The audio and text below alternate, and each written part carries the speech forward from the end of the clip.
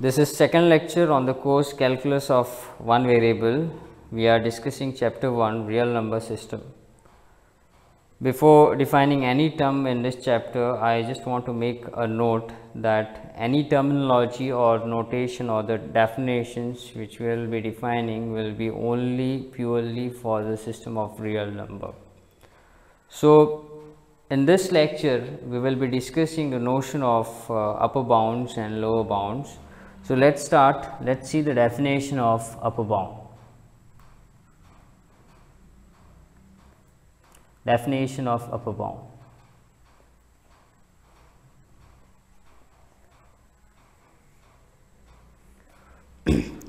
So, for that we need to have a set, let A be a subset of R and A be non-empty. So, this is defined for a non-empty subset of R. Again, I am making it very clear that this definition is only for the real number system. So, whatever the terms that we will be using will be in the real. So, let A be a subset of R and A be non-empty. We say that a real number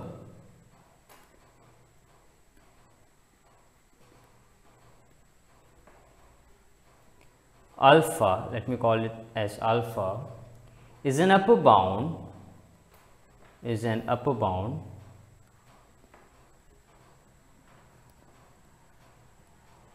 of set A, or we can call it as for set A, if for each, this is the definition, for each x in A we have x less than or equal to alpha. So, let me make it clear, what does it says? So, upper bound is actually a real number in this case, having the property that every element from the set A is less than or equal to that particular real number. Okay. So, simply putting in terms of quantifier, we would say that alpha, that is alpha is a real number alpha is an upper bound. I would call UB for the short form for my convenience, upper bound of non-empty subset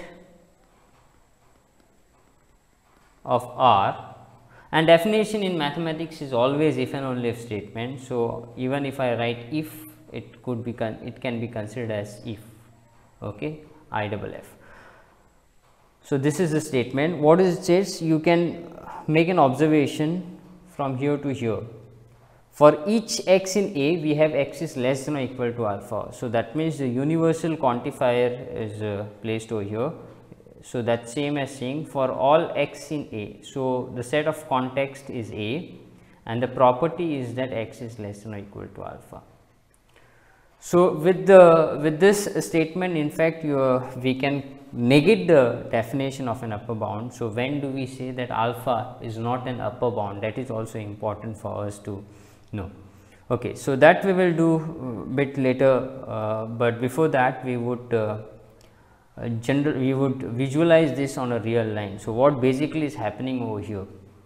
So, suppose you are given a real line, let me consider a real line, this is the real line, and any subset of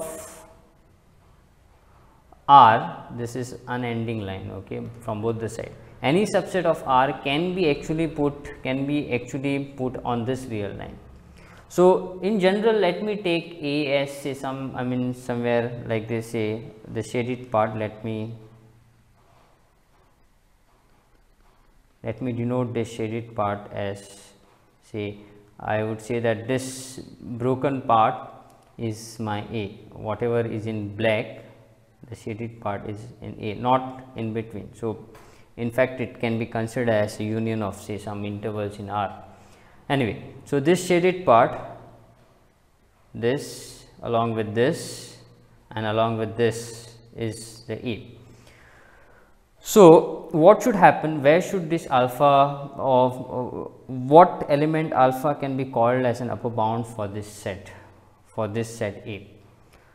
the property of this upper bound is that every element of A should be less than or equal to that element. It can be equal also. Okay.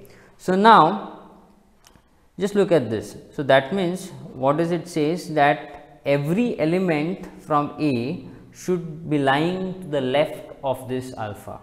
Now, for a given set A, again it may or may not have an upper bound. So, if it has an upper bound, then it has to satisfy this property. If it does not have this real number, then we say that it does not have an upper bound. If no such real number exists, then we say that it does not have an upper bound. So, in this case, just look at this, we would discuss an example, just look at this. So, if I place my alpha over here,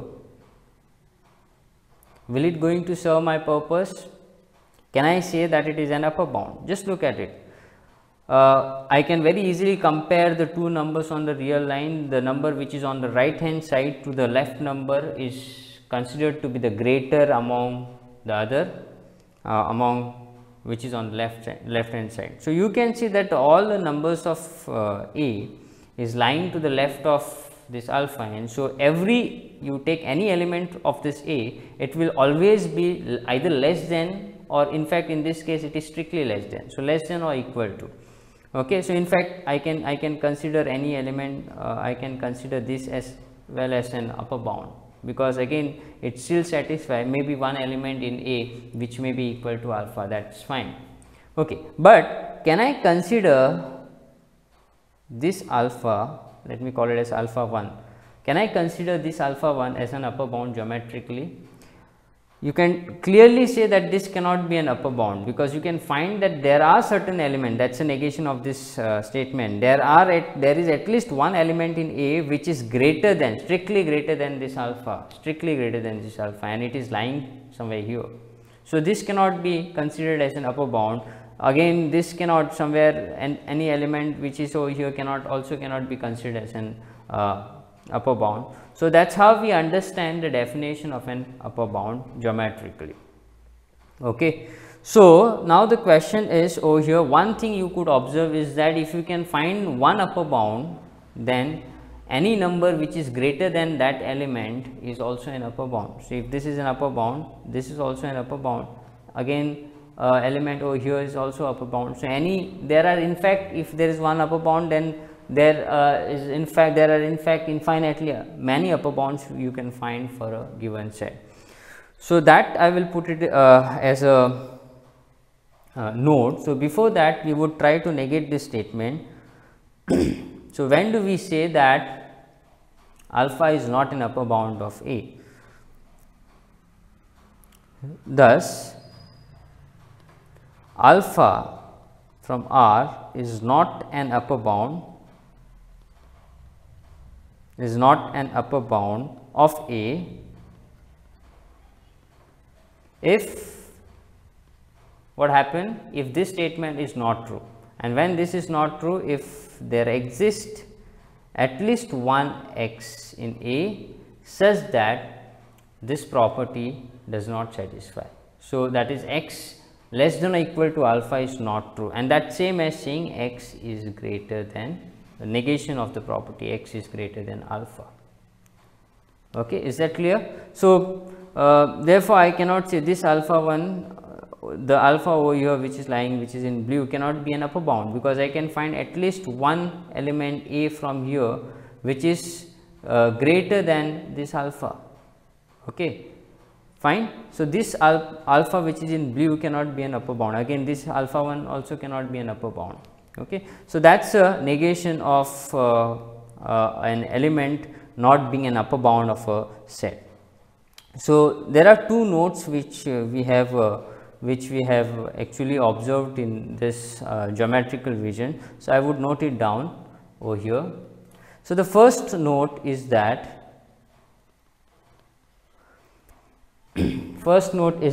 if alpha is an upper bound,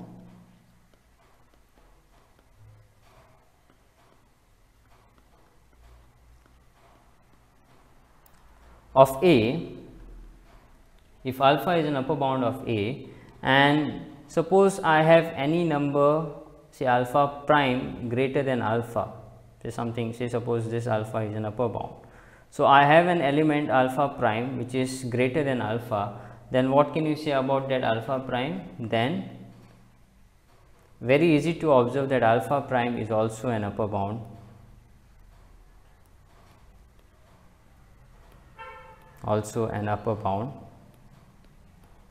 of A. The reason is very clear. The reason is very clear. See, since alpha is an upper bound, what we will have is that for all x in A, we will have x is less than or equal to alpha, right? This is what we have. Okay. Now we know that alpha prime is greater than alpha, that is alpha is less than alpha prime, right. So thus x less than or equal to alpha will also imply that x is less than or equal to alpha prime. In fact, it is going to be strictly less than alpha prime. So again, that is also considered. So this would be true for all x in A, and so this is the way we write down the mathematical proof. And so we say that thus this claims that alpha prime is also an upper bound of A. So thus we can conclude that if you have one upper bound for a set, then you can find in fact infinitely many upper bound for that particular set. Okay. So that's a note that we want to make clear, and the negation is already defined on top. So that's that. So now we define one more term that's called as the lower bound. So very analogous statements to an upper bound. Lower bound, a definition of lower bound. Okay. So let A be a subset of R with the property that A is non-empty, very analogous statement to an upper bound. See, upper bound is to the right of all the elements of A, the lower bound, so you can make it out. We say a real number, beta lower bound of A if for each x in A we have beta less than or equal to x.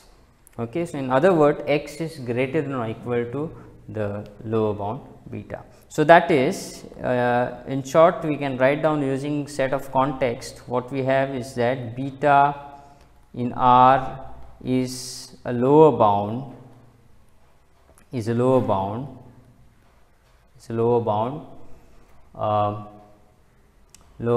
of the set A. Okay, assume that it's a non-empty set. If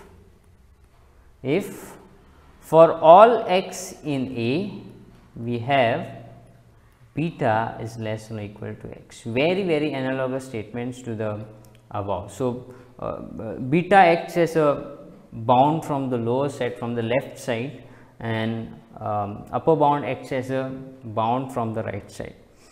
Okay. So geometrically how it will looks, geometrically it is going to be same as this. Suppose this is my real line, and suppose this is the shaded part denotes the set A.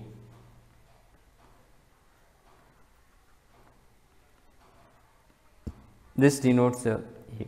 Okay. Now the question is, what do you mean, which real number can be called as a lower bound for this? Okay. So any number which is placed over here to the left of every element of A.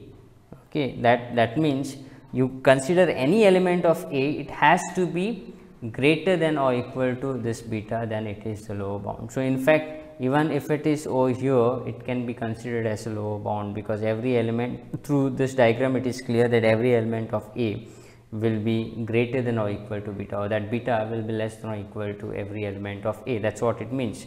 But if the element is lying somewhere here, okay, then suppose I call it as beta 1, then this beta 1 is not a lower bound. The reason is that the negation. What is the negation? If you can find at least one element from A such that beta is less than or equal to x is not true, that is beta is greater than x, beta is greater than x. So, that means you should be able to find at least one element to the left of this beta 1.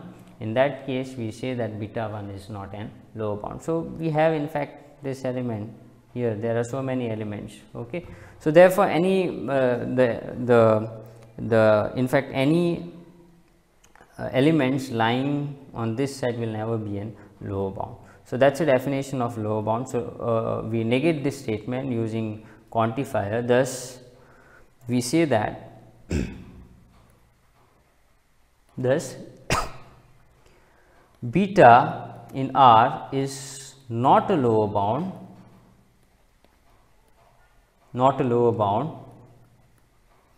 of A if there exists x in A such that what happened, such that this property is not true, and when this property is not true, that is beta is less than or equal to x is not true. So, it is same as saying the only possibility by law of trichotomy we have beta greater than, strictly greater than x. Okay. So, that is a negation, and one thing you would observe that if you can find one lower bound, then in fact there are many lower bound. So, any element which are actually less than your lower bound are also the lower bound, also a lower bound for the given set. So, that I would consider as a note. So, note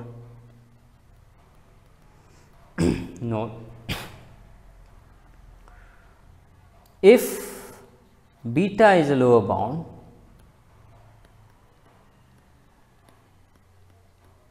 and beta prime is any real number such that beta prime lies to the left of this beta, then beta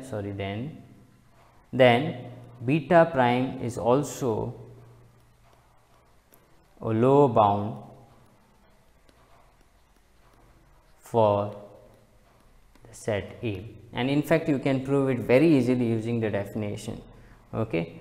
Now, one thing I just want to tell you, whenever we prove a statement of the form for all x in A, x has some property P, we did not prove it for because if the set A is infinite set, or it is a very huge set, then in that case it is it's going to be a cumbersome to identify the property for every element of A. So, we just take one arbitrary element and we show that the property is true for that particular element. Okay. So, that is what we do. Now, here to prove that, what we can do is that, okay. So, I will choose one element, let x be in A, okay.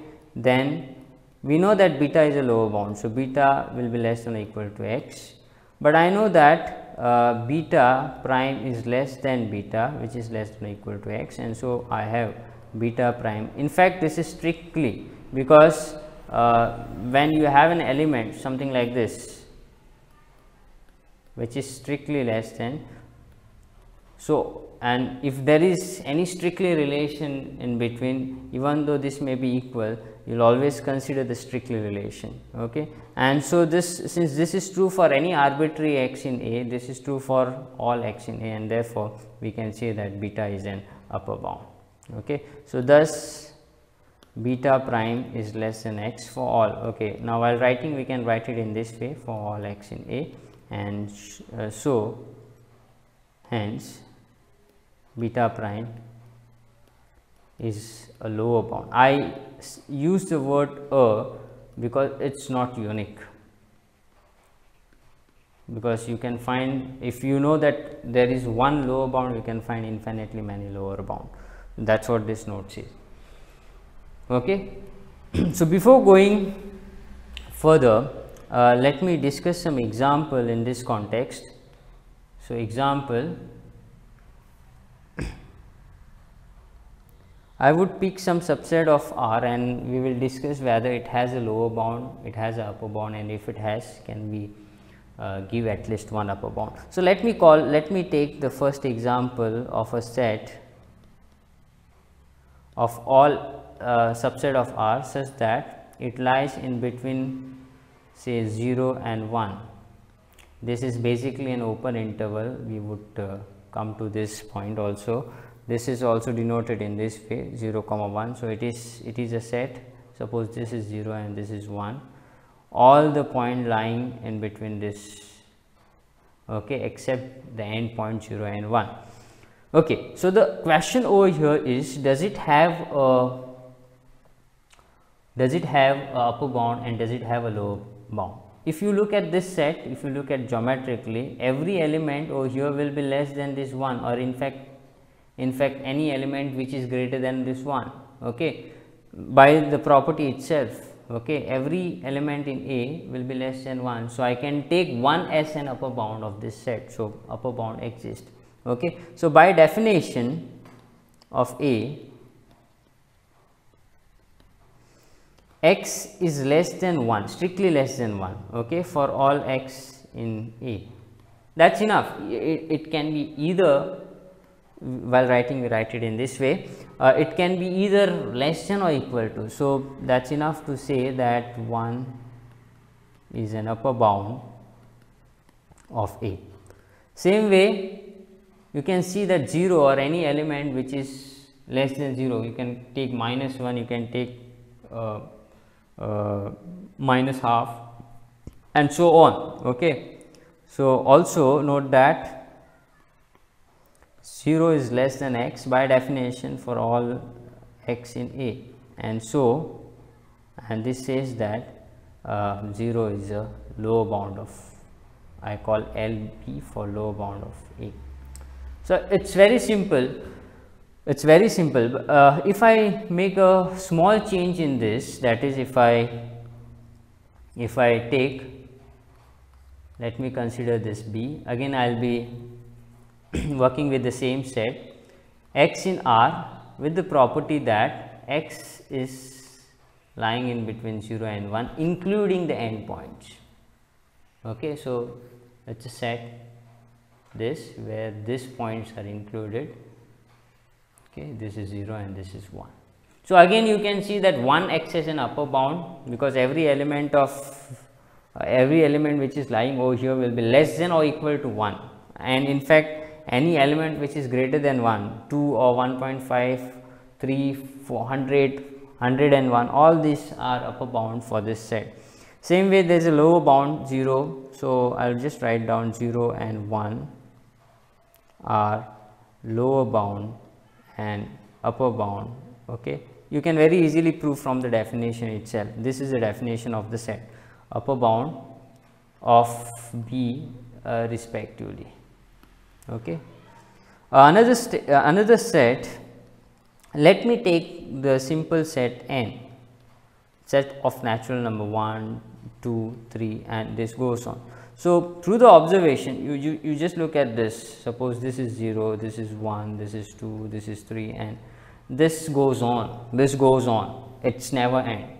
In fact, this would be the first, probably the first infinite set that you have come across, okay, a very basic set, okay. Now you can very easily see that every natural number is greater than or equal to this 1, or it is strictly greater than this 0, or strictly greater than minus 1, and so on.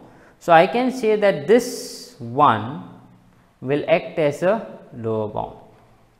But the question here arises is that, does it have an upper bound? Does it have an upper bound? The question is, the answer is no, obviously, because it is an unending on the right hand side. So you will never be able to find an element which acts as an bound from the right hand side. So that's not possible, and therefore it does not have a lower bound or upper bound. So, there is no real number such that every element of natural number can be made less than or equal to that real number. Okay. So, this set has an upper bound, and we are going to prove this very shortly. It's basically called as a Archimedean property. The set of natural number does not have an upper bound.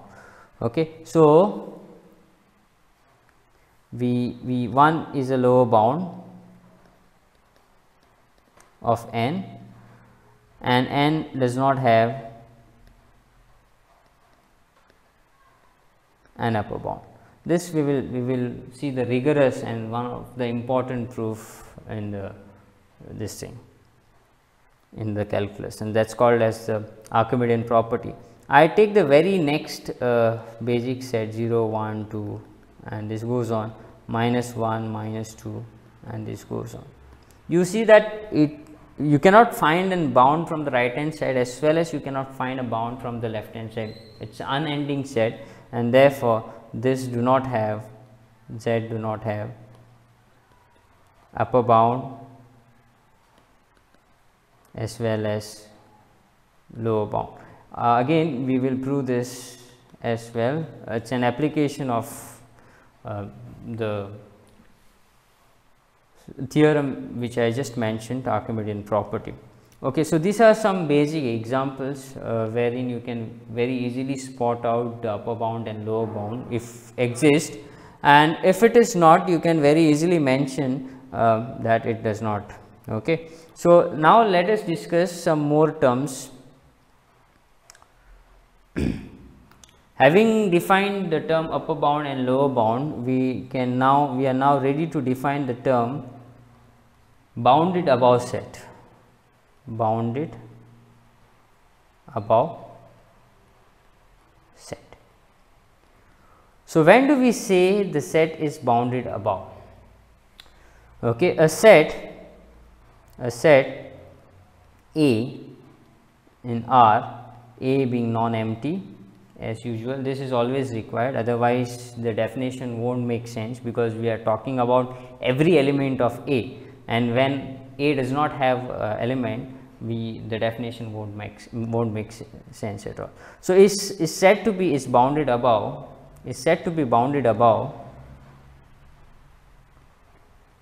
if in R that is very important, because we are calling it as a subset of R, if A, in a simple word, if A has an upper bound. Okay. But to make this definition clear, we would write down the definition of an upper bound also. So, we say I will write down this using quantifier. A subset of R, okay, is non-empty, is bounded above using quantifier if and only if A has an upper bound. Okay, now I would try to simplify this statement more. You know what quantifier is involved in this. When I say that the set A has an upper bound, what does it mean? It means that yes, right. What is it? There exists an upper bound, a real number such that that real number is an upper bound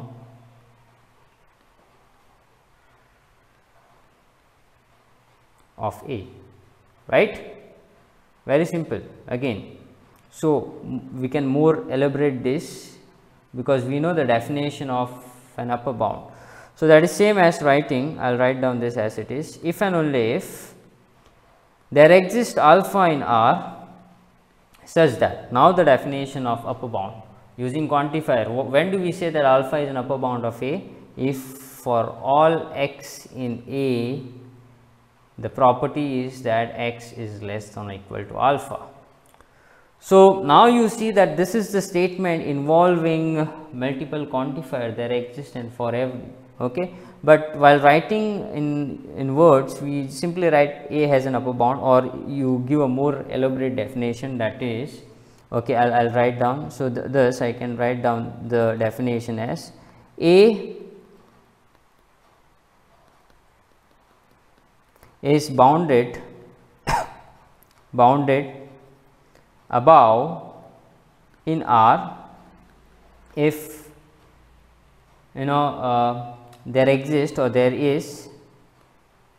there exists alpha in R such that, see, while writing definition, always use the long form, or always use the longer version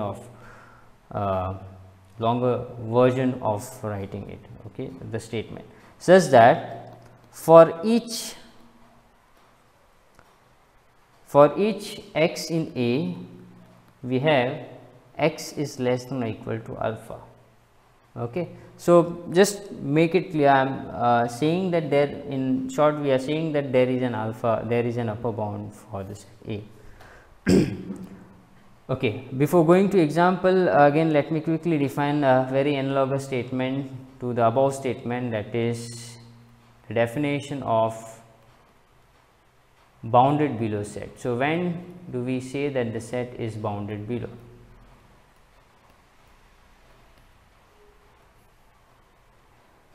A set A in R, non-empty, in fact I can call it as a non-empty subset of R, is said to be bounded below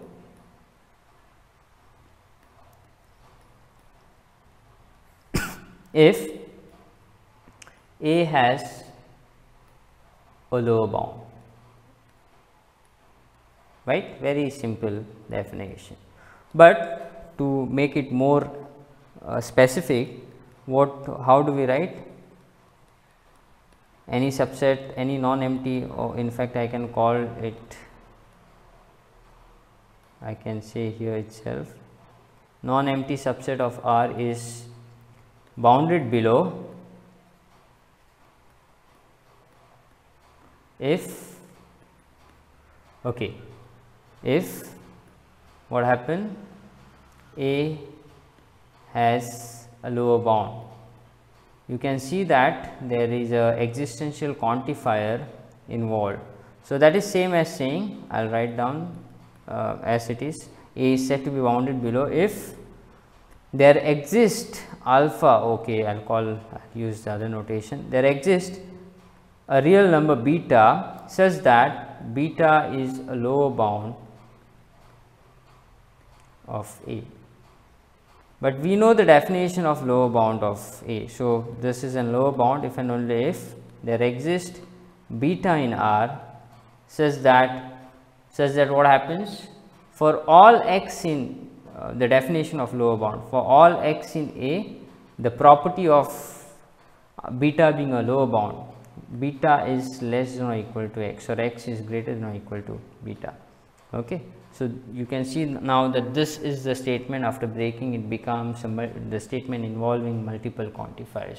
So this is how you need to break down the statement. Okay. So now the question is, when do we say that, okay, negation, that's very important part. So I would take it as a note.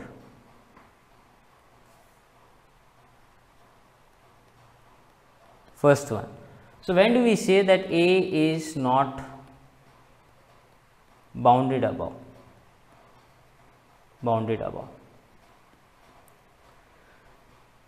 Okay, in R, that's very important. In R, okay, I don't know whether I have used bounded below in R in definition. It should be bounded below in R. Okay, bounded above in R. If for, okay, from here it is clear. So I will just simply use the quantifier. If using quantifier, it is very clear. Here it is, negation of there exists for every. So if for any alpha in R, what happens, there exists x in A, isn't it? There exists x in A such that this property does not satisfy, that is x is less than or equal to alpha is not true, and that same as saying x is greater than alpha. In short, no, what we are saying is that no real number can be an upper bound for the given set A. So, give me any real number, no, it is not an upper bound for the set A, and that same as saying that there is an element in A which is greater than that real number alpha. Okay. So, in the same way, the set A is not bounded below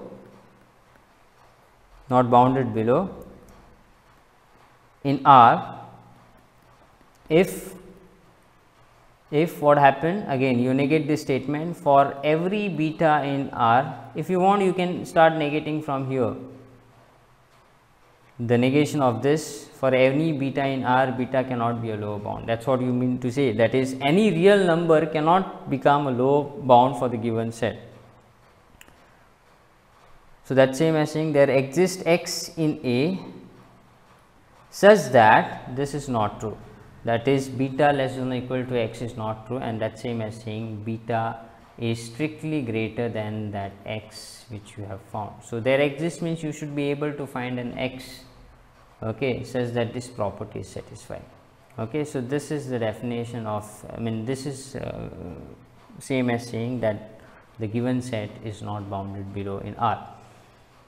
Okay. Okay. So, before going further, let me discuss some example here. Okay. We would take the same examples. First one example, here this set A is bounded above as well as below. A is bounded above. Why? Because it has an upper bound as well as lower bound, is bounded above as well as bounded below. Okay. What can you say about this? Again this is bounded above as well as bounded below, and is bounded below, but it is not bounded above because no real number would act as an upper bound for this set.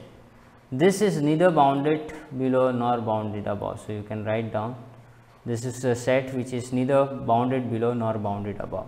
So, that was some example of this set. Okay. Now, we define another term called as the maximum element.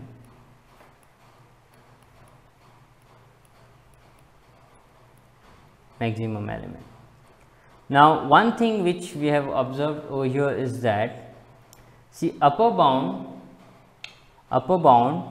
see through this example, upper bound is simply a real number. It may or may not belong to that particular set. In this case, this upper bound x equal to 1, if I take upper bound as 1, it is not a part of this set A, because it does not include the end point. But in this example, you just look at this, 1 is element of B as well as it is an upper bound. Okay. So, such an upper bound is called as the maximum. Okay. If an upper bound is itself belongs to the set A, then it is called as a maximum element. And similarly, if the lower bound itself belongs to a set, then it is called as the minimum element of that particular set. So, over here in this example, you look at this 0 is a lower bound and it also belongs to the set because the endpoints are included, and so it is the minimum element, and in fact you can prove that it is unique. Okay. So, maximum element, if an upper bound, definition, if an upper bound of A is an element of A itself, or it belongs to A, then it is called only those upper bound which belongs to A. Okay, we have seen that there are infinitely many upper bounds, like for example closed interval 0, 1 is upper bound, and there are upper bound also which is greater than 1, 2, 3, 4, but this upper bound does not belongs to the set, 1 belongs to them, and then therefore it is called as a maximum element. Okay. So, then it is called a maximum element of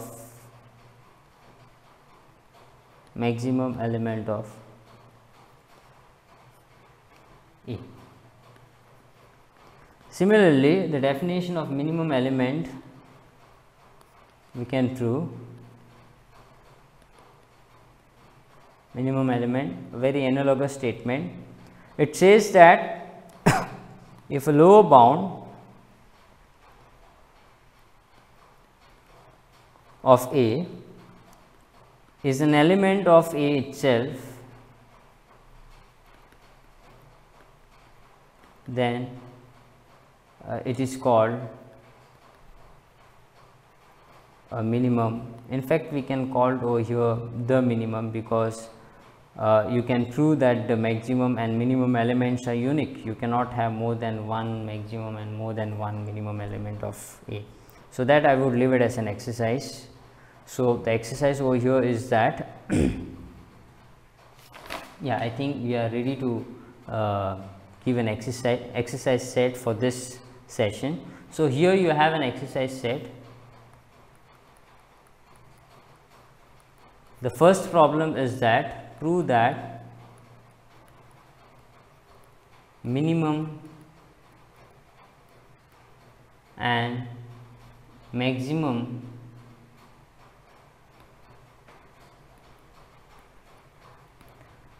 element of set A, if exist, then it is unique.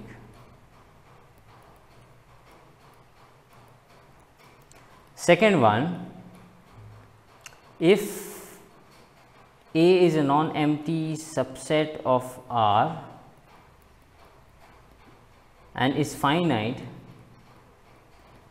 then prove that A has maximum element, and in fact also you can prove that it has a minimum element. So, maximum element. The same exercise can be done for the minimum element. One more question: if alpha and beta are an upper bound and a lower bound of non-empty set, in fact I do not have to say a non-empty, because when I define this term, obviously by definition A have to be a non-empty subset of R, then prove that I am calling alpha as an upper bound, beta as a lower bound. So, the lower bound is always less than or equal to upper bound. Okay. So, in fact this is true in general. Every lower bound, suppose it has an upper bound as well as lower bound, then upper bound always dominates a lower bound. Okay, that you can very easily prove. So, that is it for this today's session. In the next session we will discuss the unique upper bound and the unique lower bound, and stay tuned for it. Thank you for watching this video. Have a nice day ahead.